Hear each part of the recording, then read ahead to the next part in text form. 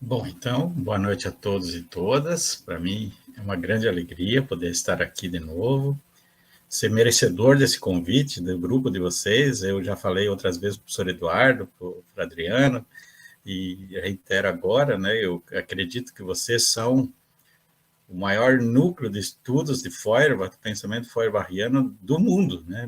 Nem na Alemanha, em lugar nenhum tem tanta gente estudando Feuerbach, debatendo e ressignificando e conectando com outras questões e tal, né?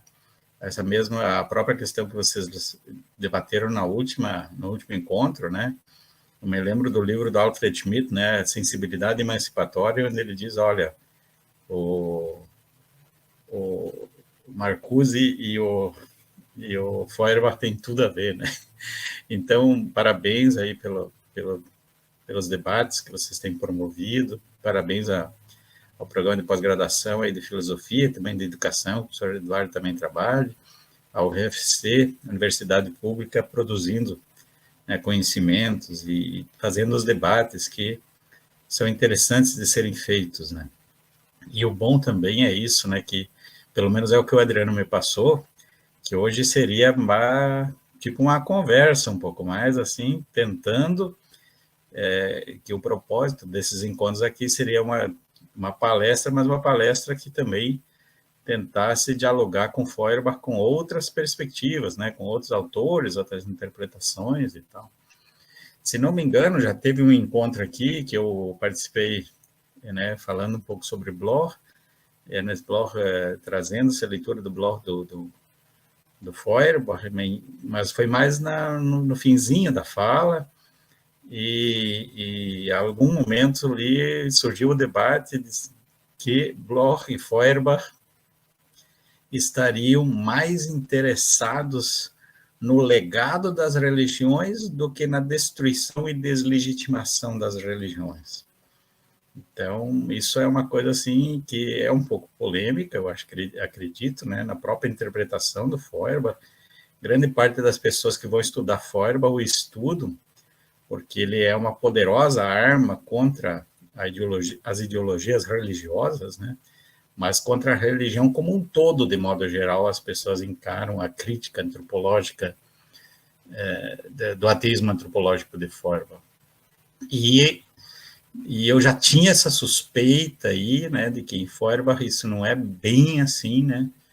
E a pergunta que se colocava muitas vezes para mim, nas leituras de Marx também, pode, depois que nós tivermos, vamos supor, né, através...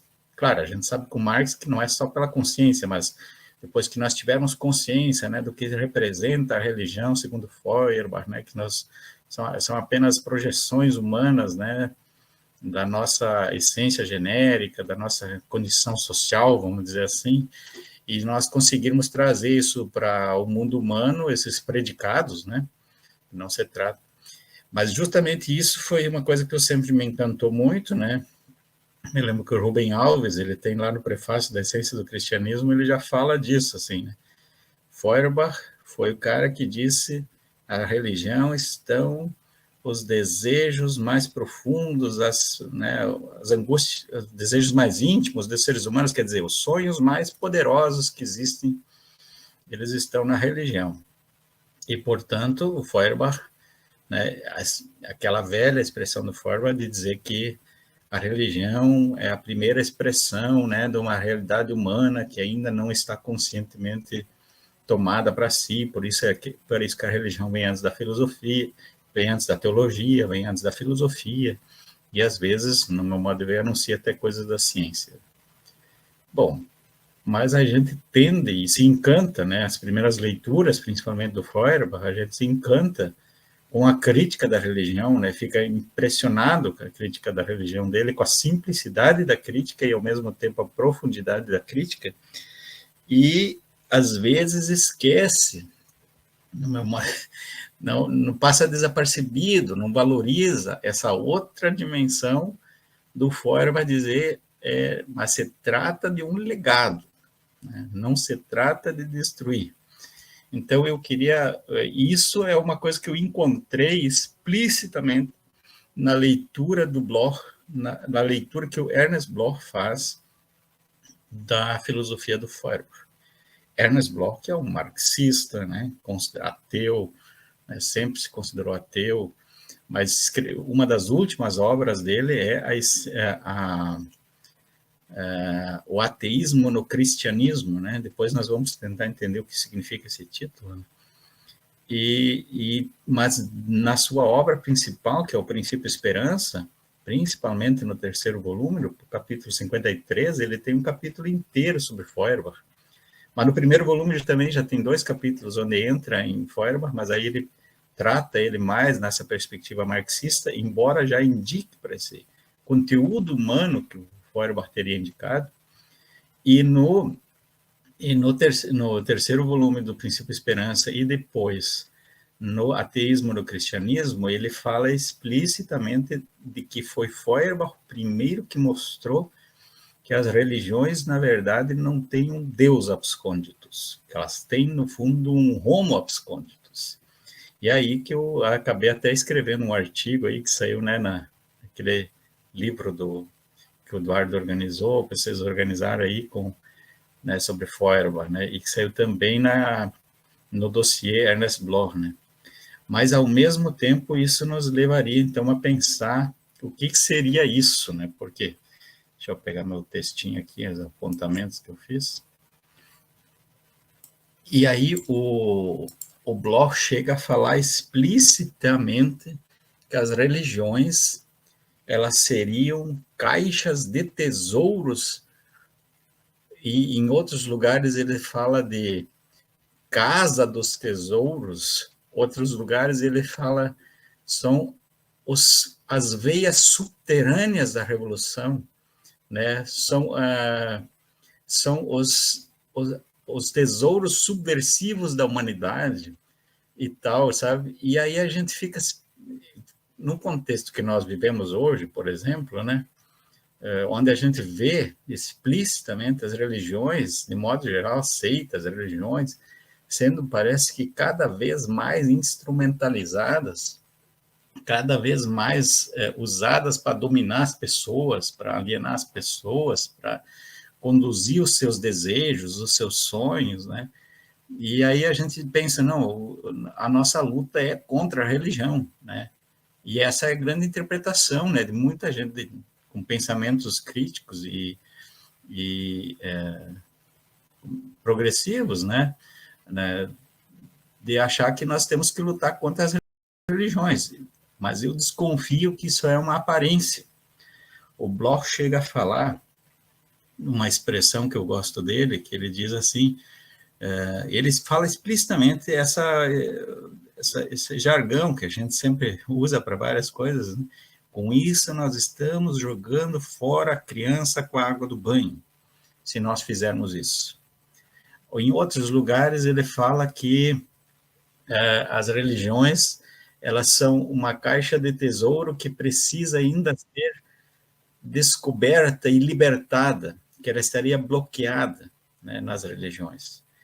E aí a gente se pergunta, mas como assim, né? Como que pode a religião, a gente vê de modo geral, ela serve por contrário. O Bloch fala isso, né, explicitamente, né? Não é por nada que os primeiros bancos das igrejas geralmente são ocupados pelos senhores, pelas ideologias, pelos senhores dominantes da sociedade. Então, mas como que, por um lado, tem essa crítica tão radical e que ele concorda, e, por outro lado, ele vê nas religiões caixas de tesouros. O Beate Dietz, né, que é um pensador suíço, que foi foi o último assistente do Ernest Bloch mesmo, com o qual nós temos tido bastante trabalho conjunto nos últimos tempos. Eu traduzi vários textos dele, ele está nos auxiliando aí na criação do Grupo Bloch Brasil e tal. Ele fala de uma espécie de subterrâneo celeste, né? Celeste no sentido daquilo que é divino, irdisch, unterirdisch, né? Seria algo himmlisch unterirdisch, né? Que é celeste, mas ainda é subterrâneo, está nos subterrâneos da consciência da humanidade que está emergindo, né? Bom, eu acho, para nós podermos avançar um pouco nisso, eu gostaria assim, de fazer só umas observações e, no final, dizer quais são os principais argumentos que podem levar a gente a pensar e ter um outro tipo de relação, no meu modo de ver, com a religião, que não seja esse que Bloch denominou de relação ateísmo burguês, que é aquele que simplesmente despreza e considera quem é religioso como alguém que ainda não avançou, né, no pensamento filosófico e científico, né? E assim, por exemplo, né, o que eu acho, né, se a gente for pensar, uma coisa muito absurda, porque não é possível que 95%, mais ou menos, da população brasileira, por exemplo, tenha algum déficit de pensamento, de conhecimento. Não é possível. Então, nós não podemos, no meu modo de ver, partir desse pressuposto um tanto quanto prepotente, né? Mas como que a gente vai fazer para não cair ao mesmo tempo na legitimação dessas coisas horríveis que as religiões estão fazendo com as pessoas, mas ao mesmo tempo conseguir acessar essa caixa de tesouros e ver o que ela representa, então? Bom, então eu vou tentar argumentar, trazer alguns argumentos do Bloch e tal, e do Feuerbach, de certa forma, e, ao final, tentar também indicar algumas perspectivas, né, alguns desafios, né? Hoje mesmo eu estava com uma esqueminha pronta, aí a gente lê de novo uns textos aqui e ali, e eu acho que teve algumas coisas aí que me sabotaram meu esquema, que eu vou tentar trazer à tona. Então, quer dizer, eu não tenho uma ideia muito clara assim ainda, no sentido de que eu poderia pegar e escrever um artigo já sobre isso. Tenho 2 artigos escritos sobre isso, traduzimos 4 sobre isso, estou trabalhando em mais 2 textos, né? Traduzindo, né, 2 artigos, um sobre o significado de ateísmo, Ernest Bloch, que é do Hartmann, lá de Leipzig, e um do próprio Beat Edith, onde ele fala sobre a questão do apocalipse em Marx, segundo Bloch, né? O Marx teria dado valor para a questão apocalíptica e tal. Bom, então, esses são o que eu tenho, né, que eu estou construindo, mas esse é, vamos dizer, a fonte que eu tenho até agora, mas o fronte, para onde isso vai, isso eu gostaria de apresentar um pouco aqui e tentar conversar com vocês, e é um privilégio poder ter um público tão seleto aí, tão especialista nessa área. Eu até não sei se eu sou merecedor de falar para você sobre Feuerbach, mas que eu não me ocupei muito sobre Feuerbach diretamente nos últimos tempos, né? Mas vai ser bom para ver se tem algum sentido e quais são os pontos fracos. Eu espero que vocês me questionem quanto a isso, né? Então, a primeira coisa é isso, né? E no meu modo de ver, Feuerbach, concordo com Bloch quando ele diz que Feuerbach estava mais interessado no legado religioso do que na sua destruição. Então, a questão, o próprio Feuerbach, segundo Bloch, ele estava muito mais interessado em requerer, em puxar para si os tesouros que foram desperdiçados no céu, enquanto propriedades humanas, né? São tesouros que foram desperdiçados no céu no além, né, no caso, mas são propriedades humanas. Então, é isso que nos importa. E os segredos das religiões, eles se fundam em dimensões humanas latentes, né? Se nós dissermos, como vocês, embora ainda não reconhecidas enquanto tal, obviamente, né? Nós sabemos isso de Feuerbach já, né? Feuerbach diz, não, são dimensões humanas que estão ali, elas são latentes, só que o ser humano não as reconhece porque as projeta num ser fora de si, num sujeito que não existe, e esse sujeito nós precisamos tirar para que o ser humano possa, então, ter de volta essas dimensões humanas projetadas. Muito se critica Feuerbach, né, de que ele teria dito que isso seria uma essência pronta, que está lá, né? Mas o Bloch levanta uma suspeita sobre essa interpretação, né, que ela seria um pouco limitada de Feuerbach, porque o Feuerbach, ao dizer que existem dimensões latentes, humanas latentes, aquilo que o Bloch então vai chamar homo absconditus, aí por detrás, ele está dizendo que pode ser que historicamente essas dimensões possam vir à tona. Então ele pressupõe, mesmo que não o diga explicitamente, talvez o Feuerbach, um ser humano histórico, em construção, em devir, né, que está emergindo, não está parado ainda. Então, é nesse sentido que, por exemplo, a gente pode dizer, segundo o Bloch, né, que não se trata de quimeras na religião. Né? Isso, para quem estuda Feuerbach, eu acho que é óbvio, né? Mas, embora eu, às vezes, perceba que as pessoas tratam a religião, mesmo lendo Feuerbach, como se fosse uma quimera, como se fosse uma pura ilusão. Para Bloch, não é. Por mais alienadas, por mais instrumentalizadas que sejam as religiões, aqui os conteúdos religiosos não são quimeras. E mais, a religião seria uma das expressões mais poderosas de esperança que os seres humanos desenvolveram. Como vocês sabem, o Bloch trabalha que a ideia da esperança, da utopia, ela faz parte da constituição do mundo, da história humana de forma especial, mas também da história natural, da própria natureza, porque nós somos parte dessa grande natureza. Então, as religiões e a esperança, aquilo que ainda não é, mas que pode ser, se manifesta de inúmeros espaços, seja na cultura, seja na ciência, seja na arquitetura, seja na medicina, né? O Bloch é assim impressionante, né? O que ele chama de Enciclopédia das Esperanças, que é o livro O Princípio de Esperança dele, mas chega no ponto em que ele diz, claro, o marxismo ele mostrou uma esperança e tal, mas as religiões são a expressão mais poderosa das esperanças humanas. Só que nós precisamos herdá-las, e aí eu gosto de uma expressão da professora Francesca Vidal, que é presidente da Sociedade Bloch Brasileira, Internacional Bloch, que fala que, deixa eu ver aqui uma coisa, que fala que nós precisamos de uma crítica salvadora daquilo que pode ser herdado, porque existem muitos conteúdos humanos que ainda não foram liquidados e estão na religião. A ideia de conteúdos humanos não liquidados, unabgegoldene Inhalte, unabgegolten no sentido que não foi ainda um cheque que ainda não foi, que ainda tem validade, sabe, que não foi descontado ainda, né? Primeiros tempos eu interpretava isso como algo que ainda é dourado, e às vezes gold, né? É no sentido que ainda tem validade, aquilo que ainda tem validade.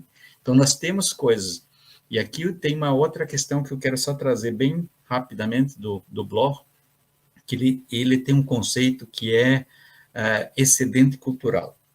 Então, para ele, todos os processos humanos sociais, por mais instrumentalizados que eles sejam, eles têm uma coisa que ele chama de excedente cultural. Mas o que é o excedente cultural? Vamos supor assim, eu penso agora um outro exemplo, que eu agora estou estudando a questão da tecnologia no Bloch, que ele fala da técnica da aliança, né?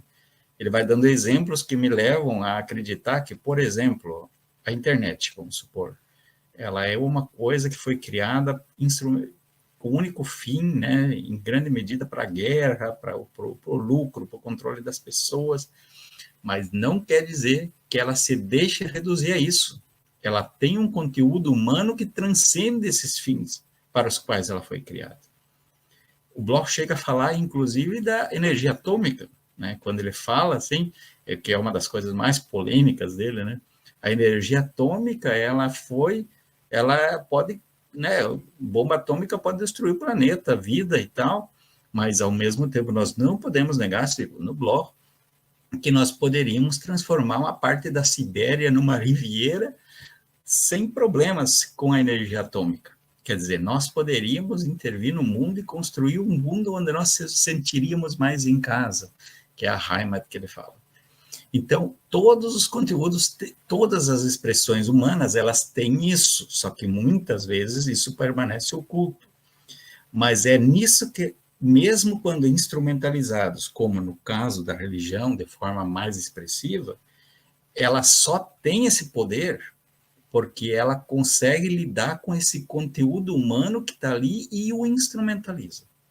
Então, as religiões, por exemplo, o Bloch, no Princípio da Esperança, ele fala, onde há esperança, geralmente tem religião. Mas aí ele vai mudando essa sua formulação e chega lá no ateísmo, no cristianismo, e fala, não, em tudo que lugar onde há religião, há esperança. Às vezes há esperança sem religião. É possível. Inclusive, nós estamos traduzindo um texto sobre de uma palestra que o Bloch deu, Hoffen ohne Glaube, né? Ter esperança sem precisar ter uma crença religiosa, fé, né? Então, o Bloch trabalha com essa ideia. Toda religião, não existe religião sem esperança. Se a religião é um instrumento manipulador tão poderoso, é porque ele manipula uma das esperanças mais poderosas. Portanto, um dos conteúdos subversivos mais poderosos. E aí o Bloch fala assim, o problema, nós não podemos, o Beat Dietrich, nesse texto que eu traduzi, que está no dossiê Bloch, ele fala 8 teses para transformar a religião, né? O Beat Dietrich fala que o Bloch, ele teria, né, falado que a esperança, ela pode ser instrumentalizada, que a esperança, agora eu perdi a citação que eu queria fazer, que a esperança pode ser instrumentalizada, mas que, mesmo assim, os conteúdos subversivos, eles permanecem latentes. Então, tá, e aqui está o que eu queria dizer. A tendência é de que o Bloch usa a expressão assim, é uma pena que nós que temos o pensamento crítico, queremos contribuir para uma sociedade emancipada, abandonemos tanto o céu como o inferno para o pensamento conservador, para o pensamento reacionário. É uma pena que a gente tenha simplesmente abandonado, sem lutar por isso, toda essa potência esses tesouros humanos que estão nas religiões, que estão vindo à tona, né, pelo mundo, estão vindo ao mundo pela primeira vez através das religiões. É uma pena que nós estejamos abandonando elas, e seja pelo céu ou pelo inferno, que obviamente é uma metáfora, né? Seja pelo céu ou pelo inferno, nós abandonamos assim gratuitamente para o pensamento reacionário. E eu vejo isso numa atualidade hoje no Brasil, né, que quem o pensamento mais crítico e tal tem uma dificuldade enorme, né? A gente simplesmente acha que não tem nada para herdar daí. Mas então, o Bloch, né, advoga a favor de uma possibilidade de que possamos herdar algo daí.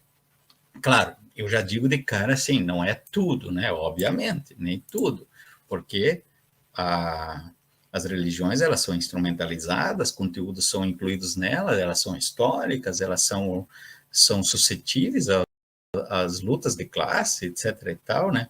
E o Bloch, ele tem lá no texto do ateísmo no cristianismo, um critério que eu aprendi com o Beat Dietrich. Um dia eu perguntei, mas como é que nós vamos saber, então, o que dá para herdar e o que não dá para herdar? É muito difícil, né? Porque a capacidade de construir narrativas, interpretações e significados, né, do que acontece na religião vai depender da gente. Essa é a hermenêutica subversiva que eu vou falar no final. Mas para o Bloch, segundo o Beat Dietrich, e isso está lá no Ateísmo no Cristianismo, na página 218, ele diz assim, está indicado um importante critério para, isso eu estou traduzindo isso aí, para a identificação de heranças utilizáveis, quais as heranças que nós podemos utilizar e herdar. elas hão de ser perturbadoras na economia capitalista. Eu gosto de um texto que o Alisson Mascaro escreveu, e o Alisson Mascaro fala muito de Bloch, nessa perspectiva de dizer, o Bloch não se deixa instrumentalizar para uma moda,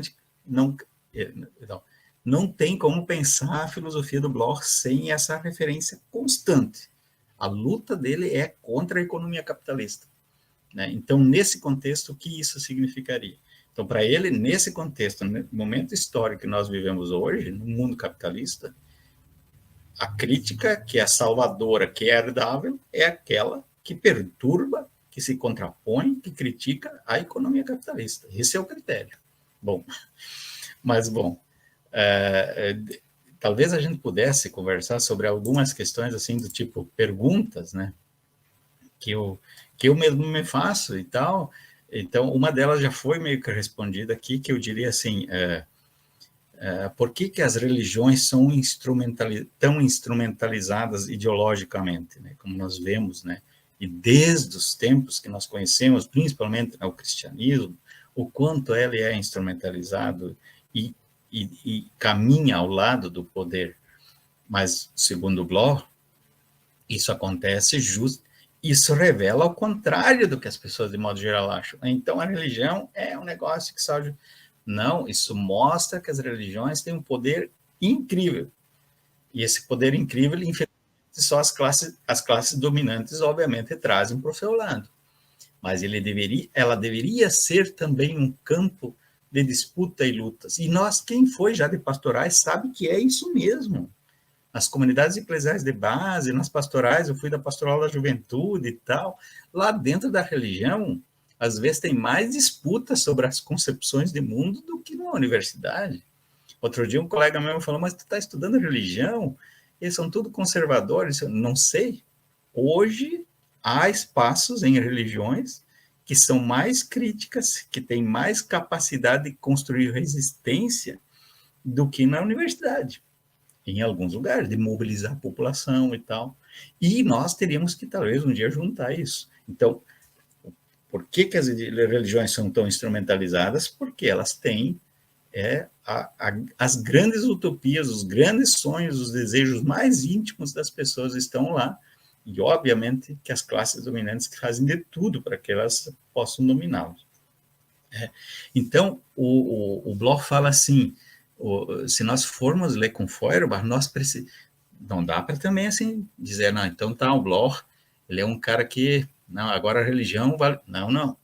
Precisa fazer a crítica e a secularização. Mas o Beat Dietrich até diz, em Bloch não se trata só de secularização. Secularização seria nós pegarmos os conteúdos da religião, transformar eles numa questão social só, e pronto, estaria resolvido. Né? Não se trata de liquidar os conteúdos religiosos. Também não se trata de liquidar, de exterminar os conteúdos religiosos. Mas se trata de aprender com eles aquilo e trazer para a praxis. Mas isso, então, significaria várias coisas, segundo Bloch. Significa que já estariam em Feuerbach. Significaria desteocratizar a religião, né? Teocrática, né? Quando ela é usada para legitimar o poder. Significaria trazer a religião, fazer uma espécie de secularização, mas uma secularização dos conteúdos, né? Como nós sabemos desde Feuerbach, o conteúdo humano está nos predicados, né? Então, para o Bloch é muito claro, ele reafirma isso em muitos lugares. O sujeito não existe, o sujeito Deus, mas os predicados existem, os predicados são humanos e nós não podemos abandoná-los, né? Então, isso para Bloch significaria, o Bloch expressa isso, ele diz, isso eu aprendi com Feuerbach, não se trata de fazer uma secularização rasa, de eliminar os predicados dos conteúdos humanos, mas se trata de herdar, né, de se apropriar desses conteúdos. Mas se reapropriar não no sentido de automaticamente, né?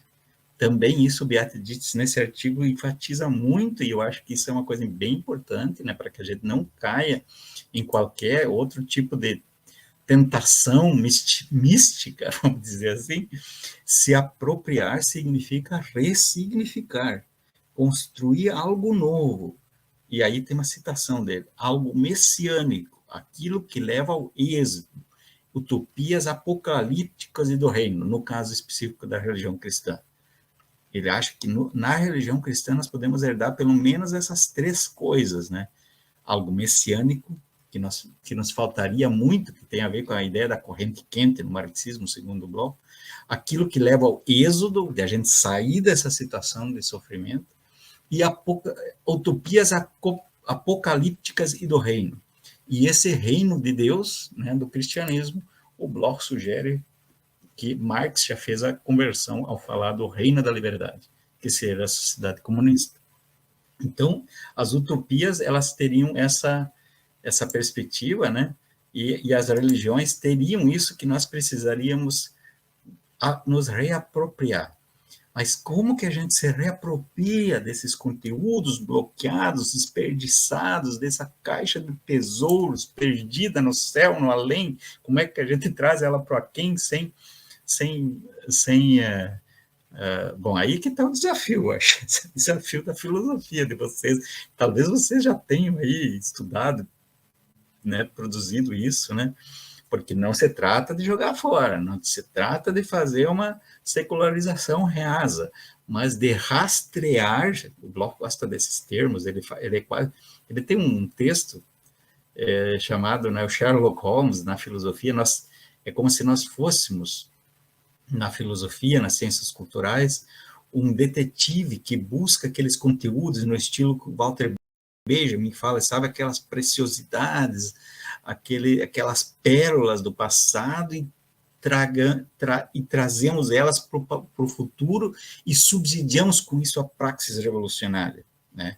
Então, o Bloch fala, né, ele diz assim, estou fazendo aqui nos passos do Feuerbach, a questão é rastrear os conteúdos utópicos subversivos das religiões.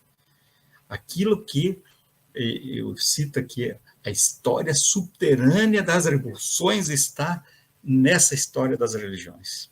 Então, é esses que eu já citei aqui, os excedentes culturais das religiões, que nós teríamos que rastrear, identificar, trazer, desteocratizar, e um outro termo que o Bloch também usa, desontologizar, fazer uma desontologização crítica da religião. E com isso nós estaríamos nos apropriando desses conteúdos. Então, eles não é assim uma coisa que a gente pode simplesmente fazer uma secularização e pronto. Não, eles precisam ser apropriados, ressignificados e inseridos numa praxis subversiva, né? É isso que pode ser herdado. Bom, essa ideia do herdado é muito boa, porque nós vamos agora, sábado passado a gente se reuniu, nós temos umas 15 pessoas que estudam Bloch no Brasil, que a gente tem um grupo aí, nós encontramos já 11 vezes, e agora nós vamos estudar um livro específico do Bloch, que se chama A Herança dessa Época. O livro A Herança dessa Época foi escrito entre a Primeira e a Segunda Guerra Mundial, onde o Bloch estava muito preocupado que a esquerda e o pensamento crítico da época tinha muito, de certa forma, anestesiado pelo mito do progresso, do iluminismo. Ele tinha muita dificuldade para dialogar, por exemplo, com os camponeses, com a classe trabalhadora, com os desempregados, né? E tinha muita dificuldade. E ele via que o nazismo estava conseguindo fazer isso. O nazismo conseguia dialogar com a insatisfação da população, né? E uma leitura, né, iluminista, vamos dizer assim, uma leitura marxista da época, ela tinha muita dificuldade porque acreditava só que a classe trabalhadora, os operários, né, que seriam o sujeito da transformação. Mas os nazistas conseguiam conversar. E o Bloch escreveu essa obra inteira tentando convencer as pessoas que era preciso trazer essas heranças possíveis, eu diria hoje, das populações tradicionais, populações indígenas, dos movimentos sociais, sabe? Trazer o que pode ser herdado daí, inclusive dos movimentos religiosos. E o Bloch dizia, por que a gente tem tanta dificuldade? Porque nós estamos entregando de mão beijada essa caixa de tesouro subversivo revolucionária que está por detrás, que essas populações criaram com suas culturas, com milhares de anos ancestrais e tal, e que agora nós estamos deixando os fascistas se apropriar disso como se não existisse nada. Então, aí ele criou dois conceitos que eu acho bem interessantes, que é a ideia da não simultaneidade, para a gente poder ter essa noção de valorizar o que está aflorando na religião enquanto conteúdo humano. A gente não pode estar preso no mito do progresso, e por isso a ideia da não simultaneidade, da Ungleichzeitigkeit, mas também do multiverso de coisas, né, ao mesmo tempo. Bom, isso é uma outra questão, mas tem a ver porque isso cria um ambiente compreensivo, vamos dizer assim, para a gente ter um diálogo produtivo com a religião, sem preconceito, mas sem também se deixar levar para a sua instrumentalização ideológica. A isso o Bloch chama de meta-religião. Então, nós teríamos as religiões, mas na medida que a gente se apropria do seu conteúdo revolucionário, transformador e subversivo, essa é a palavra que ele mais usa, a gente estaria pegando esse excedente cultural, que, portanto, seria uma espécie de meta-religião, algo que é humano e que ultrapassa as religiões individuais, mas que está emergindo ali. Não dá para deixar de lugar. Bom, isso é uma coisa interessante, então, né, que eu queria trazer, sei lá, se vocês acham interessante.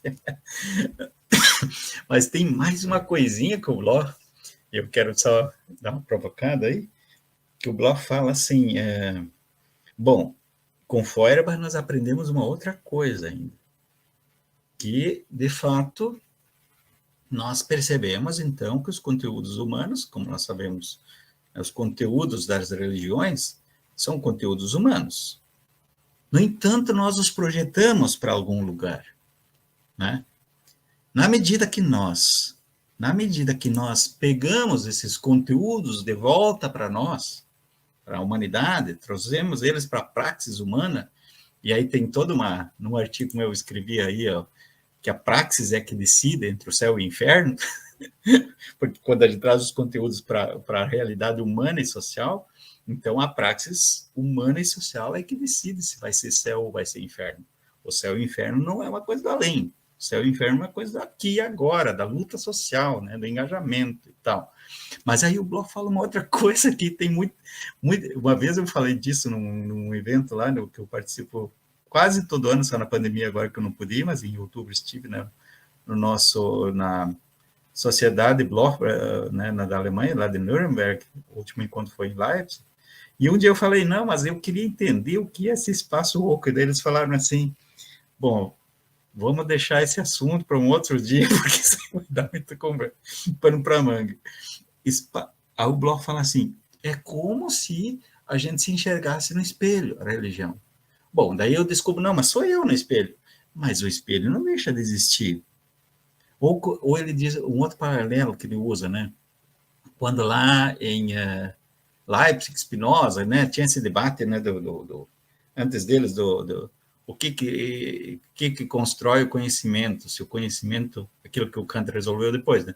Se o conhecimento vem dos sentidos ou se ele vem da razão, né? Aí foi Leipzig, né? Foi Spinoza, agora me esqueci. Ele falou assim, não, tudo que eu tenho na minha razão, no meu entendimento, vem dos sentidos, fora o entendimento e a razão mesmo. Aí o Bloch diz, bom, tudo que estava projetado dentro da religião, como se fosse um sujeito, nós percebemos que é humano, fora aquele espaço mesmo. Aquele espaço preenchido pelas projeções religiosas, ele continua existindo no ser humano. Ele é eu andei estudando um pouco de Hannah Arendt, é quase uma condição humana de todos nós. E aí ele diz, esse é o espaço do messiânico, é o espaço mais poderoso da projeção utópica, sem o qual ninguém tem sentido na vida, sem o qual ninguém consegue viver. E aí o Bloch diz, esse espaço vazio, esse espaço oco, Hohlraum, que ele chama, esse espaço oco, ele tem uma coisa que nós precisamos nos apropriar para não cairmos naquilo que a corrente fria do marxismo está fazendo, de transformar as lutas sociais e populares e revolucionárias em lutas frias, calculistas, puramente economicistas, né? Então, recuperar a dimensão que nós descobrimos na religião e trazê-la para um espaço messiânico humano, sem recorrer a Deus, sem recorrer a essa metáfora divina, esse seria o grande desafio. Porque esse espaço oco, segundo Bloch, ele permanece e a ideia de Deus não se esvaneceu. Há um espaço do homo absconditus. E é interessante que o Bloch, em algum momento, ele diz assim, e tem mais, se nós olharmos o Feuerbach bem de perto ali, tem lá na Teodiceia, que né, vocês conhecem melhor do que eu, lá na Teodiceia, o Bloch, o Feuerbach se deu conta que Deus não é só uma projeção humana, né? Eduardo Chagas tem lá o livro Deus e Natureza, até na tese dele também sobre isso, né? Não é só uma projeção humana, ela tem a ver com a natureza mesma também. Aí eu fiquei, agora sou eu já falando, né? Nós não poderíamos pensar nessa perspectiva do Feuerbach e do Bloch numa natura abscôndita, não só num ser humano abscôndito, mas uma natura abscôndita que traz junto consigo um ser humano abscôndito que pode emergir e que está bloqueado pela lógica da sociedade capitalista. Bom, mas para isso nós precisamos desenvolver uma postura filosófica adequada, uma hermenêutica da esperança, uma hermenêutica subversiva, que eu chamaria. Bloch fala pela primeira vez disso nesse livro da herança dessa época, e em outros vários lugares ele fala dessa hermenêutica subversiva, dessa hermenêutica comprometida, dessa hermenêutica da esperança, e que teria essa possibilidade de, em todos esses espaços, e eu espero ter mostrado que aqui, na questão da religião, de forma privilegiada, a gente possa extrair isso. Mas é como se nós fôssemos, de fato, como o Bloch insiste em dizer, parteiros, ajudantes da parteira. A parteira, a coisa está nascendo, ela está emergindo, ela está latente. A religião é que o fato da religião se tornar cada vez mais poderosa é porque ela está trazendo à tona para o mundo coisas cada vez mais poderosas. Só que nós precisaríamos nos apropriar disso para que possamos transformar isso numa hermenêutica subversiva, ou então, o Beat diz que tem uma expressão assim, que ele não gosta muito da ideia da hermenêutica subversiva, mas de vez em quando ele fala, ele tem uma citação que eu quero trazer por final, o seu princípio hermenêutico pode ser caracterizado como sendo um princípio emancipatório e subversivo, porque libera o acesso a fontes desperdiçadas e reprimidas da história dos oprimidos. Então, ela é a luta de classes, ela é, né, a coisa mais... Vejam que a própria religião ela é entendida numa perspectiva materialista pelo Bloch, na esteira do Feuerbach. Ela é emergência natural, alguma coisa que está emergindo no mundo, na natureza como um todo e no ser humano de forma especial. Claro que o Feuerbach só descobriu isso mais no final, que a natureza está junto nesse processo. Mas então nós teríamos uma compreensão materialista da religião, uma possibilidade de lidar de forma produtiva com a religião, clareza nos critérios, mais ou menos, né? Clareza nos critérios do que pode e do que não pode ser herdado. E, é claro, o trabalho nosso filosófico seria o de tentar identificar, tentar articular, ressignificar e construir algo inédito e novo a partir daquilo que está emergindo nas religiões. Da mesma forma como nós poderíamos aqui lidar com a arquitetura, com a medicina, com a arte, etc, etc, etc. Bom, então, deixa eu ver, eu tinha mais umas coisinhas aqui, mas para começar isso, já passou 50 minutos, eu agradeço a oportunidade e ficarei muito grato de ver as ressonâncias dessa minha fala. Obrigado. Maravilha, professor. Muito obrigado pela palestra, por essa fala. Eu teria uma pergunta para fazer, mas vou primeiro apresentar a pergunta do colega Kelvin, tá? Esse Rosângela tem alguma pergunta para fazer também. Depois do Kelvin. Ok, então. Bom, o Kelvin diz o seguinte: por que a constatação dos conflitos materiais cotidianos que passa, né, a população ainda não foi suficiente para que as pessoas abandonem a ideia de um Deus Salvador, já que a praxis humana se realiza na Terra? O que o senhor diria disso, professor?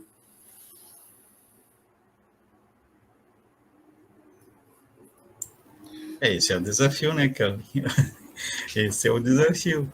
É quase inacreditável, né, quando a gente vê, às vezes, né, pessoas realmente passando necessidade e mesmo assim, né, não só não se revoltando, né, o ópio, a religião como ópio do povo funciona mesmo, né, mas eu perguntaria por que funciona tão bem a religião como ópio do povo? Porque ela consegue canalizar, instrumentalizar, eu diria, agenciar, né, quando instrumentalizado pela ideologia dominante, os sonhos e as utopias mais poderosas das pessoas. Ela tem essa força impressionante, mas ao mesmo tempo, quando nós não conseguimos canalizar para uma coisa, para essa perspectiva indicada pelo Bloch de crítica ao capitalismo, então, ela se torna o ópio do povo, e o Marx tinha razão nisso. Mas sempre é bom dizer, né, que logo depois dessa afirmação do Marx, o Marx fala, mas é o suspiro da criatura oprimida.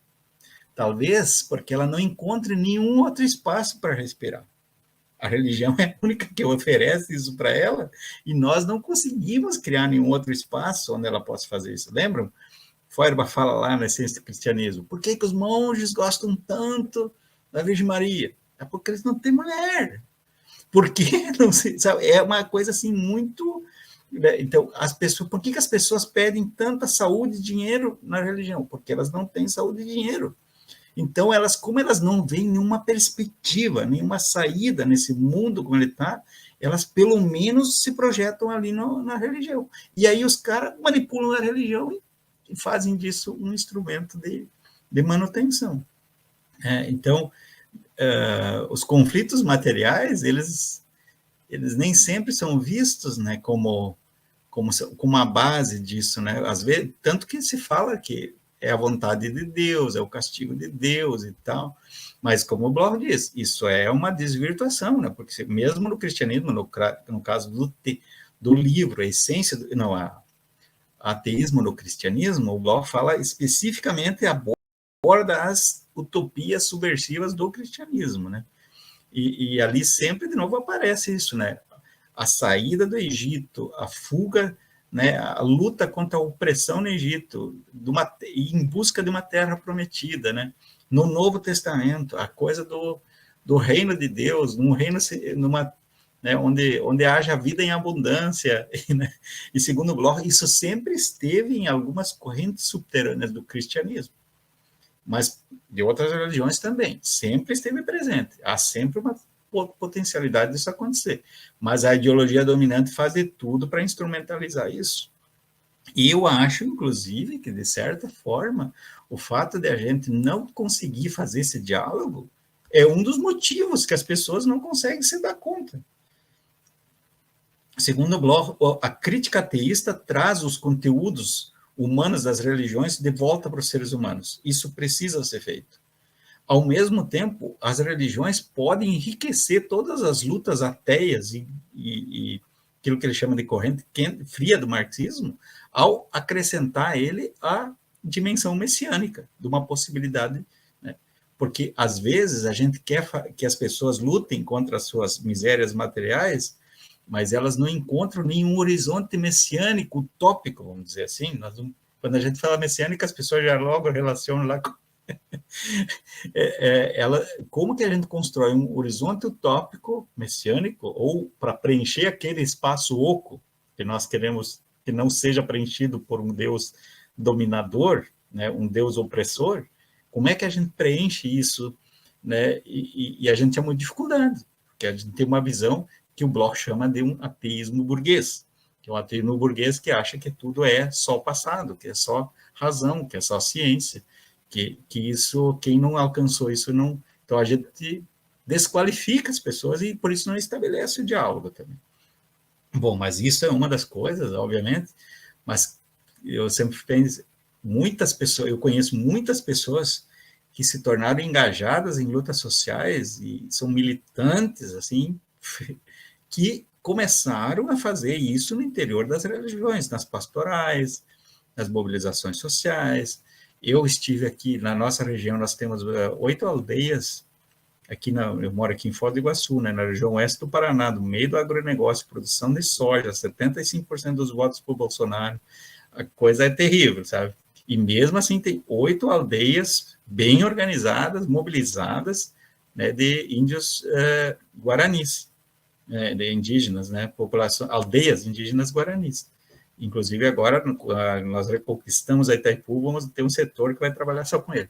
Mas assim, todas essas aldeias, você vai lá, e aquelas que resistiram, essas 8, são as que têm uma casa de reza. Tem uma casa de reza. Então, tem alguma coisa aí que é uma potência que faz com que essas pessoas consigam resistir, continuem com a sua cultura ancestral. E ali, o centro é a casa de reza. Às vezes eles não sabem ler, eles não sabem nem falar o português às vezes, né? Mas tem a casa de reza. Então, daí, para mim foi assim uma coisa que me chamou muita atenção, né? E ao ver, a minha esposa fez uma pesquisa, os militantes de várias organizações sociais no sul do Brasil, mais da metade são pessoas que começaram a militância em pastorais. Então, tem alguma coisa aí, e é isso que o Michel Levy fala isso. Michel Levy, que é um ateu também, né? Vocês devem conhecer os textos dele, ele fala muito do fórum, do Bloch, né? E ele fala, né? A América Latina foi o lugar que provou que o Marx não tinha razão total quando ele disse que a religião é ópio do povo. A religião não é só ópio do povo, ela tem um outro potencial. Nós descobrimos esse potencial. E ele tem um livro inteiro, né, sobre essa questão, que é A Guerra dos Deuses na América Latina, onde ele tenta mostrar que essa é a ideia tão poderosa que precisou vários institutos de psicologia norte-americanos e a criação de muitas seitas e altamente financiadas até hoje para combater a ideia por detrás da teologia da libertação, porque ela mostrou uma outra possibilidade das religiões, emancipatória. Então, muitas pessoas, mesmo pobres e situações vulneráveis, nessa perspectiva, criaram outro horizonte e se engajaram na luta por outro mundo, né? Eu mesmo fui um que só estudei Marx depois que eu já tinha me decidido a mudar o mundo a partir da religião. Então, mas, claro, depois hoje eu falo só a partir de Marx, mas se eu olho para a minha história pessoal, eu vejo lá. Se não fosse aquilo, eu não tinha nem começado a estudar Marx. Bom, mas isso é uma... Mas sempre, eu já falei isso aqui, o Marx sempre foi tido ver, julgar e agir, né? E o Marx estava só no ver. O julgar e o agir era uma coisa que a gente precisa fazer no mundo que a gente vive, né? Tem gente que busca em Marx o agir. Que fazer? Receitas prontas. O Marx não quis fazer isso, no meu modelo. Bom, mas isso é um outro debate, e nós estamos conversando aqui sobre a caixa de tesouro das religiões, que nós entregamos gratuitamente, de modo geral, para o pensamento reacionário e para a ação reacionária. Não sei se eu respondi essa sua pergunta. Verdade. Só dei uma contribuída. Rosângela, você tem uma pergunta para o professor? Oi. Primeiro, parabéns, professor, pela sua fala. Muito boa, excelente. Eu não conhecia o Bloch. Eu tenho mais uma observação. Pelo que eu entendi, me corrija se eu estiver errada, Bloch ele reconhece que a filosofia feuerbachiana não tem uma pretensão de eliminar as religiões, né? Como por vezes Feuerbach é interpretado como um ateu que quer banir as religiões, né? Enfim, enquanto que a pretensão de Feuerbach, ao meu ver, é que ele não pretende essa destruição, mas uma demitologização, na verdade. Ele traz essa análise do comportamento do ser humano até ante as práticas religiosas, por uma ótica do sujeito que gera a religião. Então, Bloch, de fato, reconhece isso, certo? Ou eu fiz uma má compreensão? Não, na minha interpretação, é bem isso, né, que o Bloch, ele até não vai assim, porque, como ele diz, eu estou dizendo com as palavras agora, mas a palavra legado está ali junto. Ele diz: Feuerbach estava mais interessado no legado da religião do que na destruição da religião, do que na eliminação da religião. Ele estava muito mais interessado na caixa de tesouros da religião. É isso que, porque isso que ele ficou. A gente acha sempre por causa. Eu acho que é por causa daquela interpretação que eu mesmo na minha dissertação de mestrado fiz, né, de dizer assim, e que é verdadeira em parte, né? Tem um fundo de verdade. Os caras começaram a ver lá na Alemanha, na época do Feuerbach, que a religião dava sustentação para o Estado e eles não conseguiam mudar o Estado. Lá na Revolução Francesa já tinha acontecido, o Estado e a religião já estavam separados, aí não tinha outro jeito, aí começaram a criticar a religião, então, para valer, para detonar a base dessa estrutura social injusta, né? Isso é verdade um pouco, mas quando a gente vai ler, e agora eu me convenci, e se não for assim, eu acho que é mais produtivo. É mais produtivo dizer assim, o mais interessante dessa crítica da religião de Feuerbach é dizer há um homo absconditus, há um conteúdo humano emergente aí e que pode ser herdado. A religião nos traz um legados, e que não precisam ser religiosos. Eles podem ser herdados para o mundo, para a praxis. Eles podem fortalecer a dimensão utópica daquilo que o Bloch chama de... Ele diz que o marxismo tem duas dimensões, o pensamento crítico. A corrente quente e a corrente fria. A corrente quente, fria, é aquela que faz análise material, científica, econômica, e que, em grande parte, o marxismo se tornou só a corrente fria. Mas ela não subsiste sozinha, segundo Bloch, porque precisa da dimensão do otimismo militante. E o otimismo militante ele só se consegue, por aquilo que ele chama de corrente quente do marxismo, que é a construção de um horizonte de sentido. Que é isso que ele diz que nós poderíamos herdar das religiões, no sentido de que além dos conteúdos específicos dela, que é essa ideia de por que as pessoas, mesmo passando fome, elas se mantêm, porque tem um sentido. Alguém ofereceu um sentido para elas. Só que, claro, como o Bloch diz, às vezes não é um sentido, geralmente é o que as classes dominantes querem. Por isso ela é teocratizada. Mas, claro, então teria essa necessidade de todas as religiões serem submetidas à crítica ateísta, segundo Bloch, né? Seria muito bom. Mas isso não liquidaria as religiões. Porque as religiões não são quimeras, o que aflora ali. O ser humano, para o Bloch, o mundo todo é um devir, nós somos devir, por isso é a idade da esperança, e há sempre, no momento obscuro do agora, alguma coisa que ainda não é, mas que pode ser, e que pode emergir através da arte, de várias coisas, mas principalmente emerge nas religiões. Então, nas religiões emergem coisas que... Então, sempre de novo pode... Né, eu entendo, pelo menos na minha leitura, que para o Bloch ele não trabalha com a ideia que as religiões vão ser eliminadas um dia. Não. Elas vão ser mudadas. Nós vamos cada vez mais descobrindo outras... Né? Depois que a gente vai secularizando, embora ele não goste dessa palavra, porque ele diz que não se trata só de pegar e puxar para cá, mas de pegar aquele conteúdo, ressignificar ele, reinserir ele numa praxis emancipatória.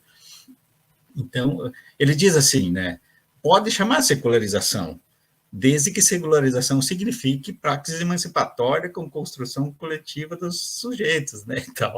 Então pode ser chamada de secularização, mas não no sentido de que alguns dizem... Bom, então seria isso, eu acho, a ideia, né, do Bloch, que me parece estar em consonância com Feuerbach. Agora, aí vocês que são mais especialistas, será que o Bloch se enganou?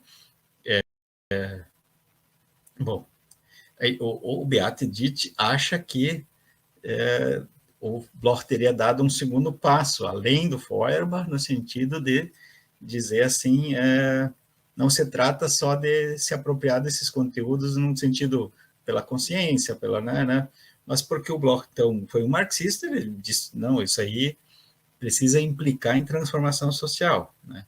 Apesar de que o Péricles, que já falou com vocês aqui um outro dia, né, está fazendo doutorado, ele descobriu várias cartas, inclusive traduziu elas agora e tal, do Feuerbach, entre o Feuerbach e o Marx, e onde o Feuerbach mesmo fala da luta de classes, começou a mudar, né? Então, mesmo em Feuerbach, isso aí não é bem assim, né? Talvez o Feuerbach tivesse consciência disso tudo, que a gente agora está só levantando como uma hipótese.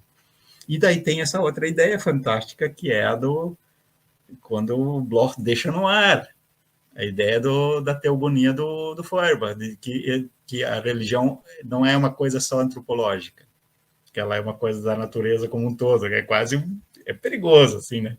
Daqui a pouco a gente está mistificando a coisa, mas ao mesmo tempo não é uma coisa incrível de pensarmos assim, não, realmente, porque o Bloch tem uma ideia que é compatível com isso, sabe?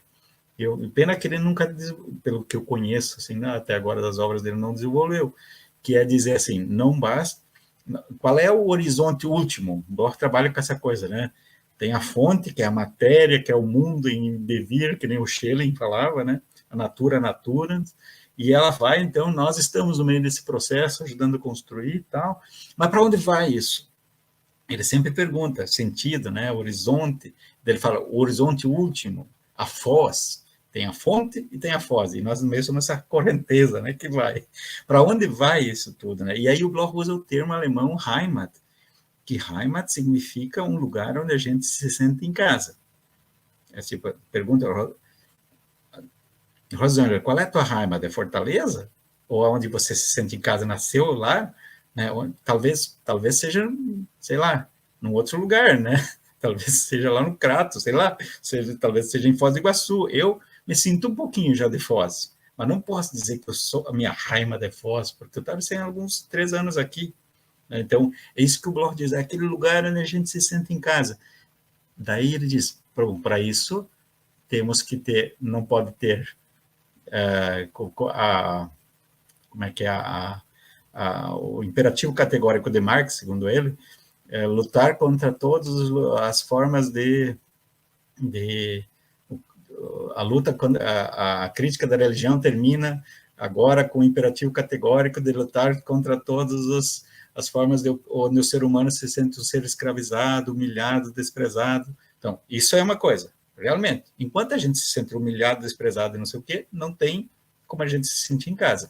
Mas só que daí o Bloch amplia isso e diz, e mais, nós não podemos continuar considerando a natureza da nossa inimiga, como se nós estivéssemos como um exército inimigo ocupando um território inimigo.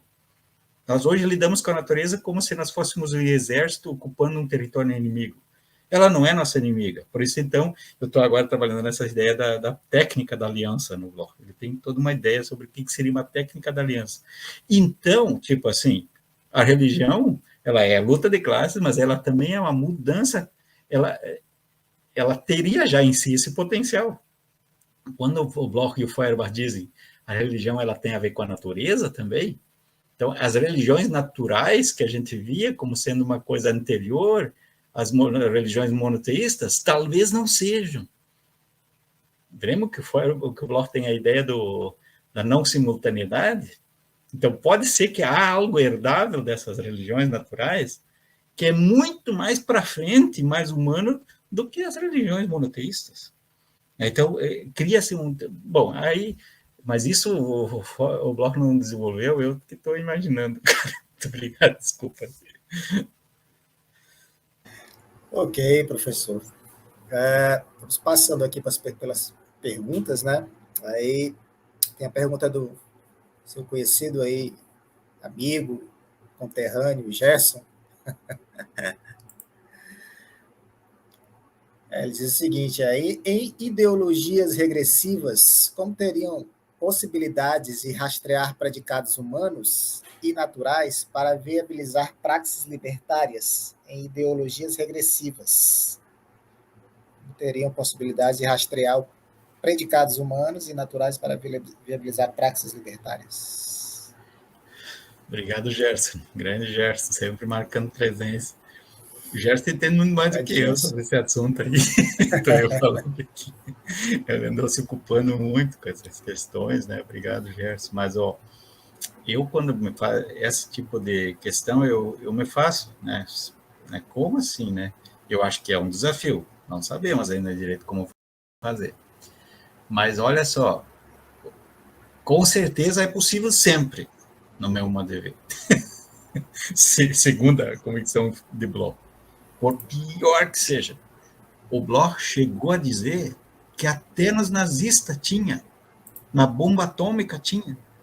Os nazistas, eles têm uma coisa, eles conseguiram dialogar com os desejos dos camponeses, os desejos reprimidos das populações e instrumentalizaram isso. E não só isso, eles instrumentalizaram uma ideia que era uma ideia da Alemanha, desse povo que se considerava germânico, que era a ideia do Terceiro Reino, do Dritte Reich, o Grande Reino, e trabalhavam com essa ideia que era ancestral. E ele disse, nós precisávamos ter nós instrumentalizado isso, nós deveríamos instrumentalizado, nos apropriado disso, canalizado isso, no sentido não de desvirtuar, mas, de fato, a ideia de construir um reino de liberdade, de sonhos, de paz por milênios, não é uma baita ideia? Só que os nazistas se apropriaram disso. E eles conseguiram, nós não fomos atrás, porque a gente tinha essa ideia de que não pode dialogar com essas coisas do passado, dos tesouros do passado, os tesouros herdáveis, né? Então, claro, eu, por exemplo, já falei umas vezes, né? Por exemplo, o movimento bolsonarista no Brasil, ele, Deus, Pátria e Família, nós sabemos, né? As pessoas num mundo inseguro de várias desconstrução de valores e tal, e que tem seu lado muito bom, né? Elas tendem a se apegar a alguma coisa, então elas querem um Deus, né? Quem de nós não quer um lugar seguro para ficar em casa, para se sentir bem com as outras pessoas, e que é expresso, de modo geral, na ideia de família, né? Só que ela é canalizada, ela é interpretada, ela é direcionada, ou como é que hoje em dia qual é a palavra que se usa ainda hoje em dia, né? Significada, e a narrativa da família é conduzida por uma noção totalmente conservadora e opressora e tal, mas que a ideia de que a gente quer ter alguém para confiar, para se sentir em casa, para ter um aconchego, isso todo mundo quer, né? E a pátria, de dizer que nós temos alguma coisa que nos defenda, nós não estamos sozinhos nesse mundo e tal, isso tudo isso é legítimo de certa forma. Tem um fundo de verdade e que é instrumentalizado por essas ideologias das piores que tem e que nós temos dificuldade de dialogar, porque nós nunca é preciso pensar de um outro jeito, no meu modo de ver,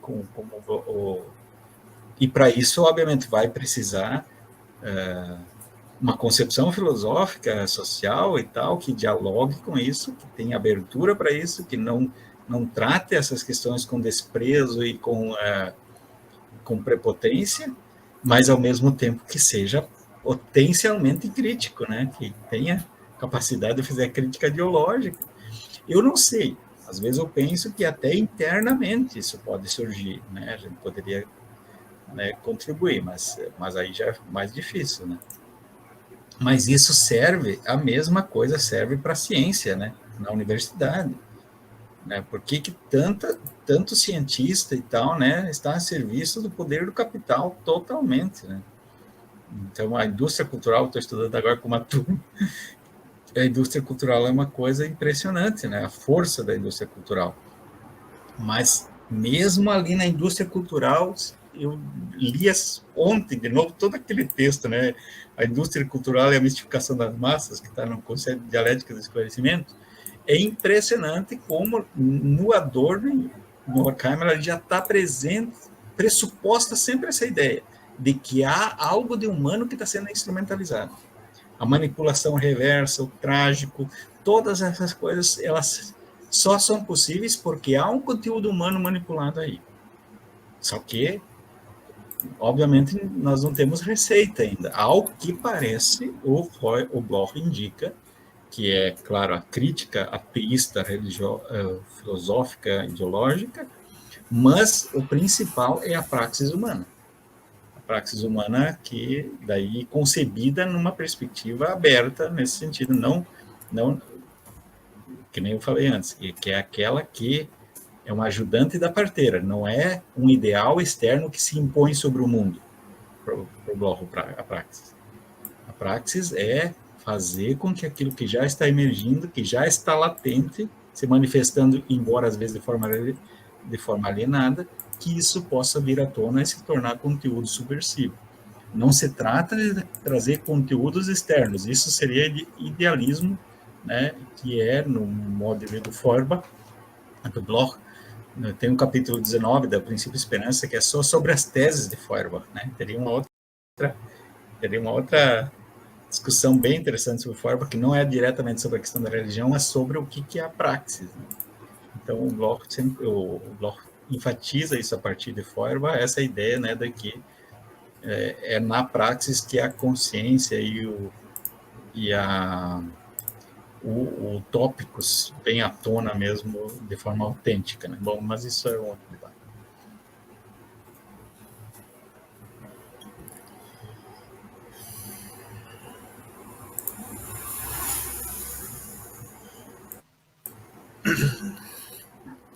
Ok, professor. Tem uma pergunta agora da Jane. A Jane diz o seguinte: as relações de trabalho escravo no mundo todo e no Brasil esse ano houve uma enorme publicidade nesse ano. Também são reflexos desse cristianismo atual como um suplício? As relações de trabalho escravo no mundo todo e no Brasil desse ano houve uma enorme publicidade. Também são reflexos desse cristianismo atual como um suplício?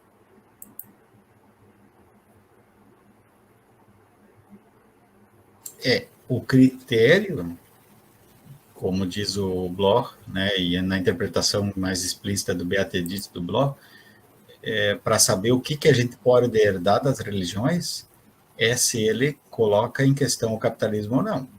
Se é compatível com o capitalismo é porque tem alguma coisa estranha. Então, e eu imagino que com o trabalho escravo pior ainda. Então, religiões que legitimam o trabalho escravo, elas são religiões que estão sendo instrumentalizadas ideologicamente pela classe dominante, né? Então, porque assim, eu gosto da ideia do Bloch de que as religiões, elas são a manifestação de alguma coisa autêntica e tal, mas elas podem a todo momento ser instrumentalizadas, assim como a ciência, assim como as outras coisas.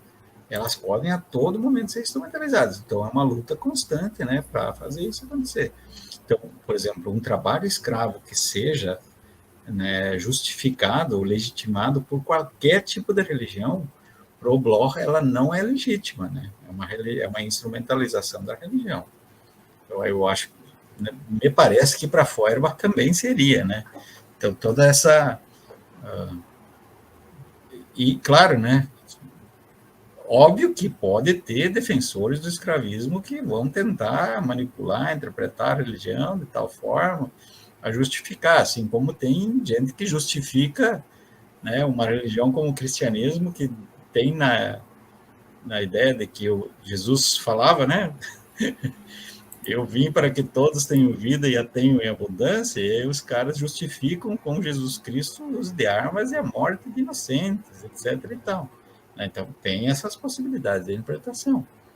Mas, segundo o Bloch, né, mesmo no cristianismo, né, a luta contra a escravidão no Egito, né, foi o que marcou toda a trajetória do Antigo Testamento.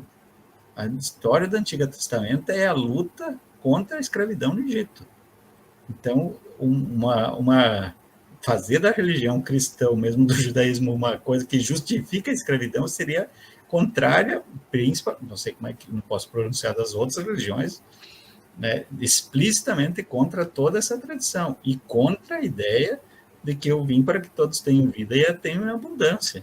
E a ideia do reino dos céus, onde todos têm, no reino dos céus, que o Lort equivale ao reino da liberdade de Marx, é o comunismo, né? Então, o que não leva a isso, ao reino da liberdade, mas leva ao reino da opressão, da escravidão e tal, são as coisas condenáveis pela religião, a princípio, principalmente pela religião cristã, na interpretação do Bloch.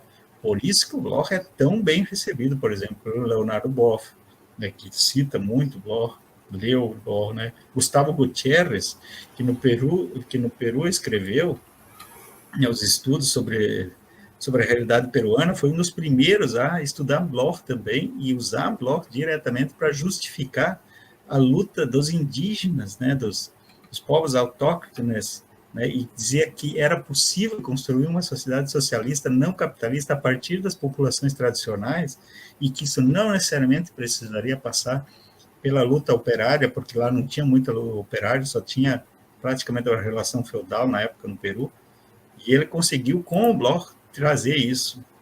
E ele é uma das bases, né, dos teólogos da libertação todos depois, né, que estudaram o Bloch, né? Dizem que o livro do... agora estou começando já a esquecer os nomes, mas tem um livro que é a Teologia da Libertação, sobre a Teologia da Libertação, acho que é do Gassman, né? Ela era para se chamar Teologia da Proscrição, uma época, e depois Teologia da Esperança. Ela era baseada na ideia do Bloch, da interpretação do Bloch do Feuerbach. Se nós olharmos as lutas das pastorais na América Latina, elas têm uma raiz teórica em Bloch e Feuerbach, da crítica que veio dali, de dizer que existe um conteúdo subversivo nas religiões. E é isso que faz com que o Michel Levy consiga dizer, então, que a América Latina é a prova de que a religião não é sempre ópio do povo. Mas pode ser. Geralmente ela é ópio do povo, mas não precisa. É verdade, professor.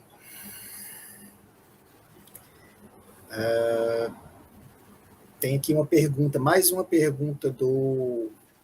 Aliás, é apenas uma pergunta, né? Tem um comentário dele logo em seguida. Do Robson. Ele fala o seguinte: professor, a teologia da libertação seria uma demonstração do que a religião tem de positivo, na medida que reivindica anseios não só religiosos, mas, sobretudo, humanos? É o que eu tentei dizer, né? Não sou eu que estou dizendo, né? O Michel Levy, ateu, marxista e tal, ele tem livro sobre isso, dizendo, não, a teologia da libertação foi o lugar onde se provou que é possível fazer algo diferente com a religião. Ela, né, na medida que ela diz, não, o reino dos céus, ele tem que ser construído aqui agora já, né? Que ele constrói uma metodologia do ver, julgar e agir, do engajamento das pessoas, né? E um embasamento de sentido, né? Dizer assim, a nossa felicidade, Deus quer que a gente lute pela vida de todos. Então, constrói ao mesmo tempo o sentido e tal. E foi por isso que se desenvolveu a guerra dos deuses, que a gente não fica sabendo, né? Mas que nós estamos, no meu modo de ver, embora nós estejamos diretamente envolvidos, perdendo ainda na América Latina e no mundo, onde se criaram seitas intencionalmente para combater essa ideia de uma religião engajada e libertadora. É possível ter religiões libertadoras, né?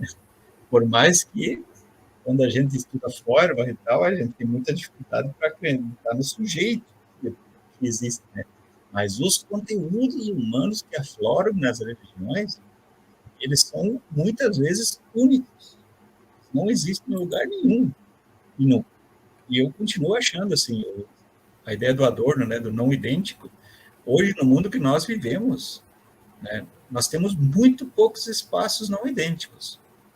Inclusive nas religiões eles estão sendo solapados, não idênticos ao sistema, como diria o Adorno. Mas as religiões são um espaço, um refúgio do não idêntico ainda. E, claro, muitas vezes mesmo esse não idêntico é manipulado, mas das pessoas poderem fazer e sentir alguma coisa, por exemplo, né? Nós sabemos isso com o Feuerbach, né? Bom, o Adorno fala isso, né? Numa sociedade onde eu não tenho amor, não posso viver o amor, onde eu estou competindo sempre com os outros, eu vou projetar um Deus do amor. Eu vou buscar, e quando eu encontro uma comunidadezinha onde eu sinto o amor, e acho que então é uma coisa que vem de fora, mas no fundo é um lugarzinho onde eu posso sentir alguma igualdade mínima, assim, sabe? Bom, mas é isso.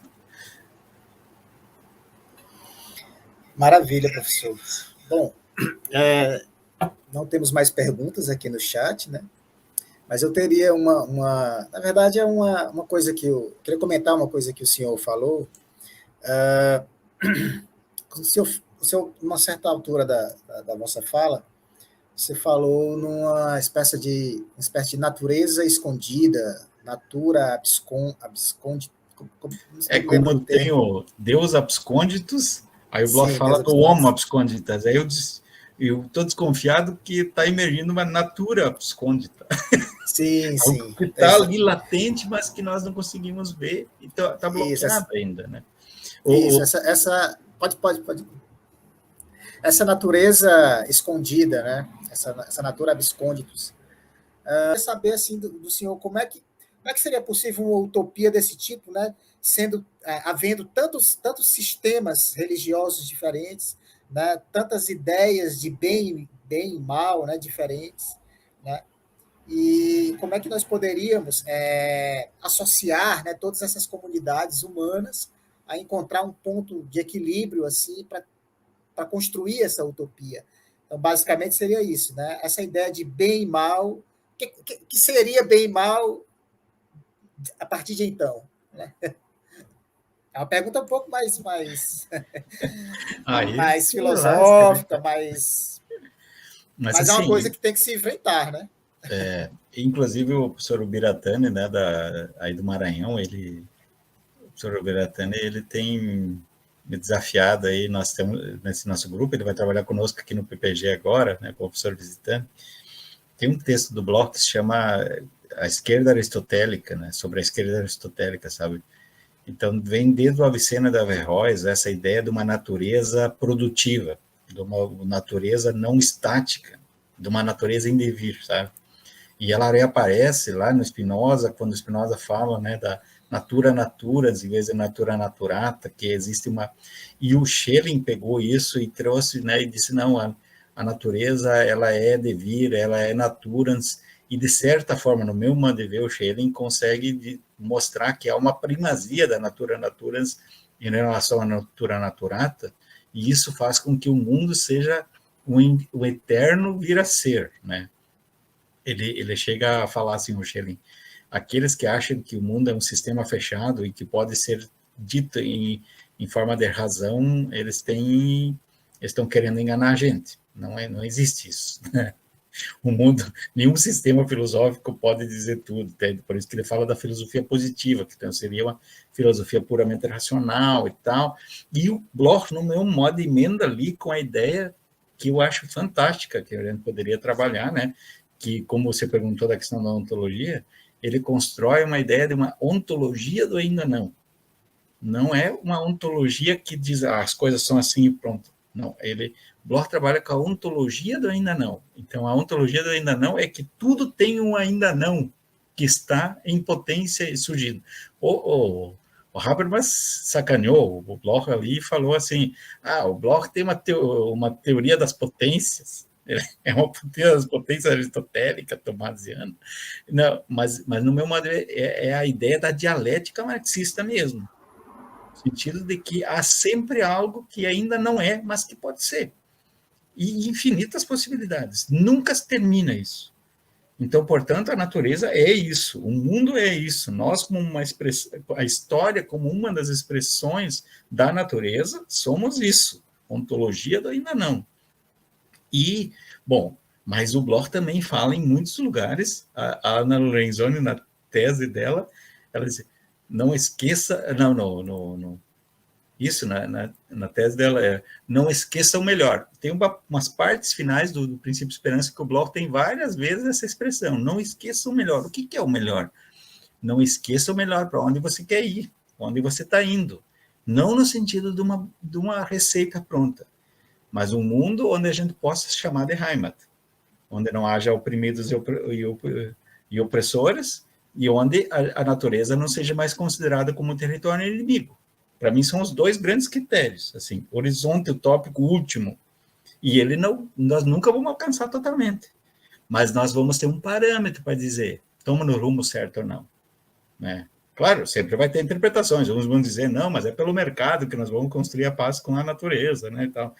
Não sei, né, então, mas o horizonte último é esse, então, tipo assim, o bem e o mal é isso meio assim. Sei lá, a gente poderia talvez pensar que o Bloch pensa numa ética da vida, alguma coisa assim, né? Mas a Ana Lorenzoni defende essa ideia de que existe uma ética própria do Bloch decorrente dessa ideia da ontologia do ainda não, e que faz com que a gente se perceba como alguém que está construindo no mundo. E, portanto, o bem e o mal se decide ali, na praxis. E só que a gente sempre deveria ter presente esse último como uma referência, quase que nem o Eduardo Galeano fala da utopia, assim, né? Que é aquela coisa que a gente não alcança nunca, mas que tem que estar ali, porque senão a gente pode se perder. Então, tipo, a crítica que o Bloch fazia à União Soviética na época, que não era nunca tão pesada como ao capitalismo, né? Mas ele fazia ela indiretamente também, né? E tanto que ele foi pessoa não grata no Partido Comunista durante muito tempo, na União Soviética, na Alemanha Oriental, né? Então, ele trabalhou um tempo na Alemanha comunista, mas depois ele foi passear nos parentes lá e não voltou, né? Então, teve umas coisas aí que não fecharam. No texto do Beat Edith, num deles, ele fala algumas coisas assim, dos congressos do Partido Comunista, quais as críticas que eles tinham ao Bloch, principais críticas que tinha ao Bloch, né? O Bloch e o Lukács eram muito amigos, né? Mas o Bloch e o Lukács tinham uma divergênciazinha assim sobre a importância da questão do partido, por exemplo. Né? O Lukács era o cara de partido, né? Então ele acreditava mais, não, o partido é que diz o que é o certo e o que não é. E o Bloch já diz, não, talvez a gente tenha que trazer aqui os outros movimentos, né, todo esse diálogo aí com o não simultâneo, então aparecem outras questões, mas a gente pode transformar isso em coisas complementares, né, mas eles, em alguns momentos, se bateram aí, o Lukács e o Bloch. Inclusive, daí tem um texto da presidente da sociedade, da Associação Bloch, que é a Doris Starlinger, onde ela compara as duas ontologias, a ontologia do Lukács com a ontologia com a ontologia do ainda não do Bloch. E esse é um texto que eu acho que vale a pena a gente traduzir no Brasil, né, porque tem muito Lukácsiano, né, então daria um diálogo bom, assim, sabe, quem sabe um dia a gente avança aí nesse debate. Bom, é isso, assim, né, do que eu posso dizer, né, talvez alguém outro que entenda mais de Bloch, conheça, diria outras questões, mas o Bloch tem essa ideia, não esqueça o melhor, tem um último, tem um horizonte, tem critérios, né? Né? E tem essa ideia da Heimat, né? Que ajuda a gente a... Mas não é receita, né? Nunca é receita, porque o contexto e o mundo sempre estão por fazer. Ok, professor. Bom, nós chegamos ao final dessa live. Eu gostaria de agradecer mais uma vez a presença do professor Rosalvo, a participação de todos. Hoje foi uma live em que nós tivemos o privilégio de ouvir um pouco, né, do professor, da pesquisa do professor Rosalvo acerca do pensamento do Ernest Bloch, né, fazendo ali um link, né, uma associação com o pensamento do Feuerbach, né, e nós podemos perceber que realmente existem muitas coisas em comum, né, principalmente essa ideia, né, esse homem, né, que vamos assim, ele está sempre caminhando para algo, né, que ainda não sabe muito bem o que é, né? Em algum momento ele deve chegar, né, num estágio, sei lá, de apreensão, né, de autoconsciência, onde ele vai ser capaz, né, de, enfim, de produzir relações mais prósperas, né, enfim, com o outro, né, relações mais ricas, né, com o meio, né, e assim trazer um benefício completo para a humanidade. E me parece que tanto Feuerbach como o Bloch, eles têm muito claro isso, né? Esse objetivo, né? Vamos pegar tudo isso que a gente... todos esses atributos que nós colocamos em Deus, vamos tomar posse deles, né? Vamos vivenciá-los, né? E construir, né, essa espécie de paraíso, né, esse campo celestial, né, na própria Terra. Né? E o professor, na sua fala aqui, conseguiu ligar os pontos, né, e trazer assim adendos que enriqueceram, né, de maneira muito interessante, né, essa relação, né, entre esse pensador, né, o Bloch, que é um pensador que, assim como o senhor acha que aqui a gente estuda muito Feuerbach, né? A gente vê que vocês aí também estudam muito o Bloch, né? Então, assim, são duas comunidades assim de pensadores que não são tão estudados no Brasil, mas que têm seus polos, né, de estudo concentrados aqui, né? Enfim, a palestra de hoje foi muito interessante, né? Eu quero agradecer mais uma vez, professor. Rosângela, gostaria de falar alguma coisa, Rosângela? Só agradecer também mais uma vez ao professor. Inclusive, eu encontrei um artigo aqui seu a respeito, vou ler. E foi muito bom, um prazer ouvi-lo, tá? E agradecer também a todos que nos acompanharam até aqui.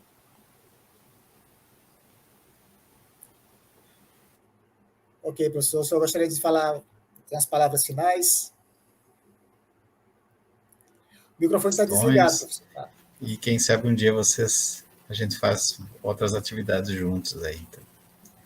Maravilha. Parabéns por essa atividade que vocês estão fazendo aí. Maravilha, obrigado, professor. Então é isso, gente. Nós vamos nos despedindo. Agradeço a participação de todos. Muito obrigado. Boa noite a todos. E até o próximo encontro. Um abraço.